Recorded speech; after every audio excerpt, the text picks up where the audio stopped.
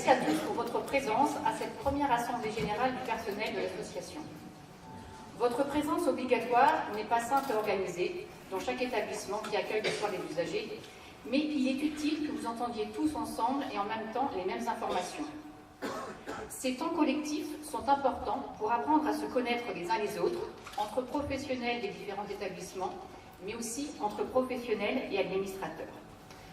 C'est pour cela que dans un premier temps très rapide, les administrateurs, tous bénévoles, qui ont pu se libérer pour être avec nous ce soir, se présenteront.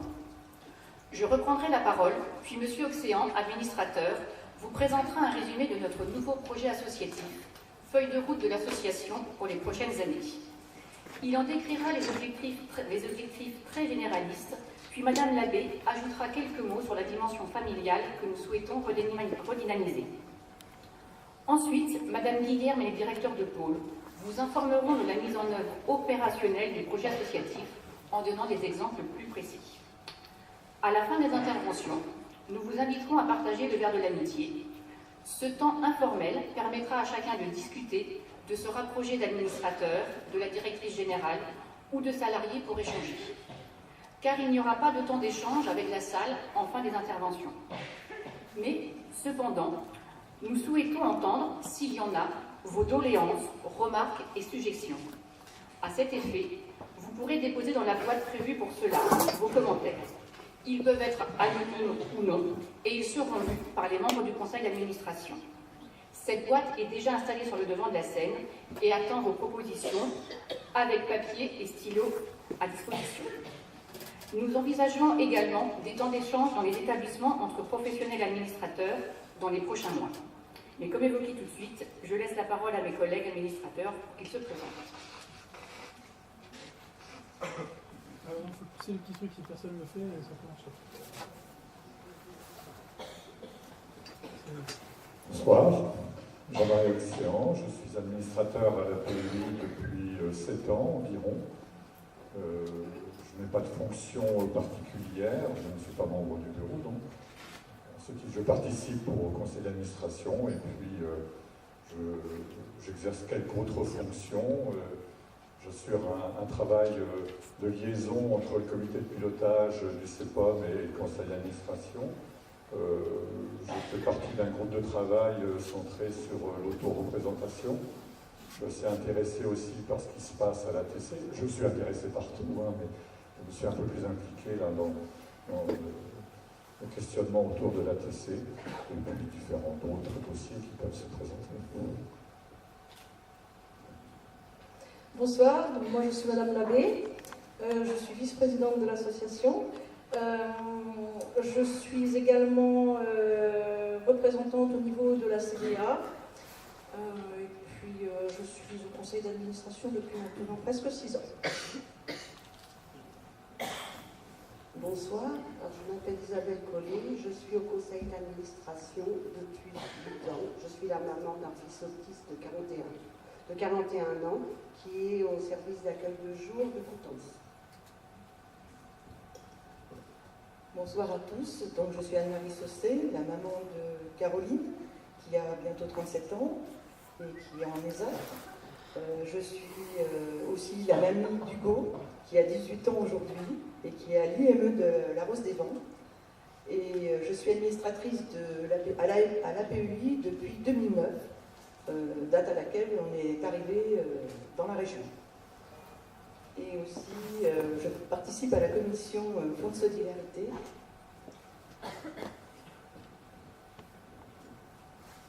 Bonjour à tous, merci d'être là. Moi, c'est Nicole Le Cardonnel. Je suis à l'APEI, enfin au conseil d'administration depuis, je ne sais plus, 8 ou 9 ans.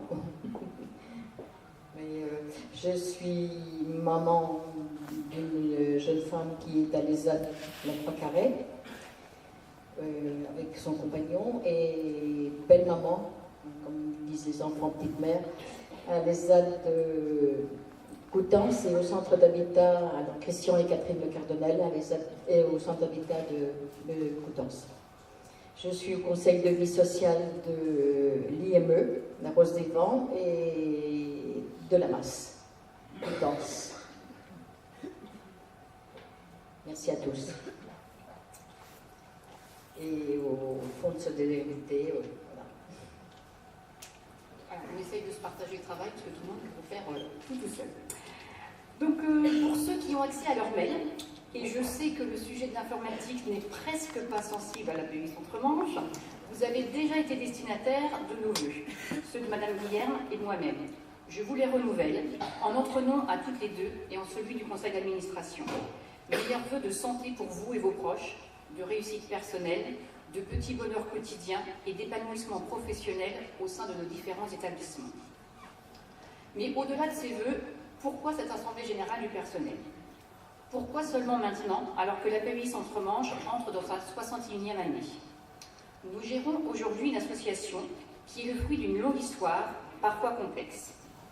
Depuis 3 ans, la volonté associative est d'associer au maximum professionnels et administrateurs, en créant des temps de rencontre, comme ce fut le cas lors du colloque en 2016, le jeudi soir, mais aussi sur des journées ateliers.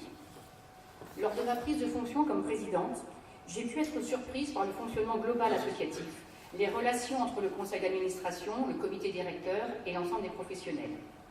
Madame Guillerme n'avait que quelques mois d'avance sur son poste et ensemble, nous avons commencé à redéfinir un fonctionnement qui se veut plus efficient et en accord avec les compétences et prérogatives de chacun au sein de l'association. En lien avec nos financeurs, mais aussi et surtout car nous le désirions nous-mêmes, pour être confortés dans notre vision de la gouvernance dirigeante d'une association du mouvement parental, l'UNAPI a été invitée à mieux découvrir notre association et à nous faire part de ses observations. Ce regard neutre sur l'association nous ont renforcés, administrateurs et direction générale, dans notre volonté d'évoluer.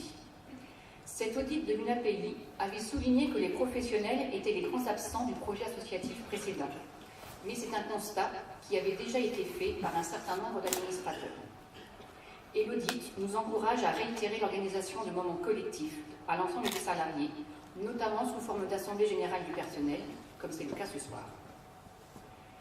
Il nous semble évident que les professionnels ont leur place dans les réflexions que nous devons mener.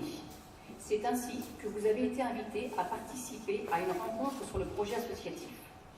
Je tiens d'ailleurs à remercier de nouveau les professionnels qui sont venus à cet après-midi de réflexion sur le sujet. Et je remercie aussi au passage les familles, les représentants de CVS et les administrateurs qui en ont fait de même un samedi. C'était la première fois que la PEI Centre-Manche organisait les choses ainsi. Et pour le prochain projet, en 2023, nous essaierons d'être encore plus participatifs en organisant les choses beaucoup plus en amont. L'avantage à la PEI Centre-Manche est que nous avons une belle marge de progression, car beaucoup de choses restent encore à faire. Notre projet associatif avait besoin d'être réécrit, car, comme vous le savez, le secteur du médico-social est en profonde évolution ces dernières années, et les changements s'accélèrent avec les injonctions des financeurs et les décisions de l'État. Celles-ci sont prises pour de très bonnes raisons, comme la meilleure prise en compte des personnes, avec une véritable mise en œuvre des lois de 2002 et de 2005, comme la citoyenneté des personnes en situation de handicap, mais malheureusement aussi pour des raisons financières, car les financements publics sont plutôt à la baisse. Il nous faut nous y adapter, mais en restant vigilants pour le bien-être quotidien des personnes que nous accompagnons, et pour les conditions de travail qui sont et seront les vôtres pour les prochaines années. En effet, il faut évoluer, passer de logiques d'établissement à des logiques de parcours plus souples, mais avec des notifications MDPH qui n'ont pas encore évolué, elles, des budgets scrutés à la loupe qui doivent être argumentés, où on nous demande d'être innovants et on nous fait des reproches de l'être si cela demande des efforts financiers. L'actualité de la société française n'est pas simple, et il en est de même pour le secteur médico-social. Mais nous sommes tous là dans l'intérêt des personnes, et nous allons continuer à nous battre pour elles. En 2010, la mise en place des pôles a permis de commencer à resserrer les liens entre établissements d'un même pôle, avec la démarche Réponse accompagnée pour tous, ou la volonté d'éviter les ruptures de parcours, 2 points qui sont ardemment souhaités par les familles. Les établissements seront désormais appelés à fonctionner davantage de façon interpôle, en lien avec les autres acteurs du territoire, avec des dispositifs souples et adaptables. J'évoquais tout de suite les financements publics qui sont nettement moins généreux ces dernières années. Il faut savoir que l'association a globalement des finances saines, mais nous ne sommes pas libres de les utiliser comme nous le souhaiterions. Il faut les accords de nos financeurs. Et toutes les demandes prennent du temps, comme on peut le voir avec la mise en place du CEPOM qui déborde du calendrier initial. La charge de travail est lourde pour toutes celles et ceux d'entre vous qui y sont impliqués. Elle le devient également pour le personnel des services de l'État et du département. De plus, si nous avons commencé la réflexion sur le modèle des premiers CEPOM, qui reliait l'association et un seul financeur, nous poursuivons avec le modèle de la seconde génération, qui est assigné en commun avec l'association et les deux financeurs, l'ARS et le CD. La complexité de la démarche et les différences d'approche entre les services de l'État et du département sont d'ailleurs parfois pénibles à vivre. Aussi, pour ceux qui travaillent sur ce CEPOM, soyez remerciés pour votre patience et votre engagement. Mais tous, rassurez-vous, les nouvelles fraîches de ce matin nous annoncent la fin des travaux fin avril, avec une signature fin juin et une entrée en vigueur au 1er janvier 2020. Donc ça fera un an de retard, mais on va y arriver quand même. Et donc, sur les 20 dernières années, dirons-nous, l'association n'a pas su ou pu réfléchir suffisamment sur le long terme, au niveau architectural notamment, et nous en subissons les conséquences actuellement dans certains établissements. Car certains n'ont pas profité des gros travaux nécessaires et réguliers pour les faire évoluer et les moderniser. Aujourd'hui, la réflexion est enclenchée au point de vue associatif, mais il faut de la patience pour mener à bien cette stratégie immobilière complexe qui croise les intérêts de plusieurs partenaires et où chaque élément peut avoir des répercussions sur plusieurs établissements. Mais vivement que ces effets se ressentent aux endroits où il y a urgence. Nous essayons désormais de mettre en place des démarches pour la pérennité de l'association. D'où, pour commencer, la réécriture de notre projet associatif, que M. Océan va très bientôt vous présenter. Nous avons ensuite revu notre document unique de délégation en tenant compte des besoins actuels et des préconisations de l'audit de l'UNAPI. Ce document unique de délégation définit les missions et devoirs de chacun au sein d'une organisation. Et dans une association du mouvement parental, c'est d'autant plus nécessaire pour avoir un fonctionnement efficient et réactif, entre la gouvernance et la dirigeance, mais aussi entre les différents cadres. Les effets ne se voient pas encore aujourd'hui, mais ils se verront au fur et à mesure des mois qui viennent. La pérennité d'associations passe aussi par le recrutement de parents ou d'amis prêts à s'engager réellement et dans la durée.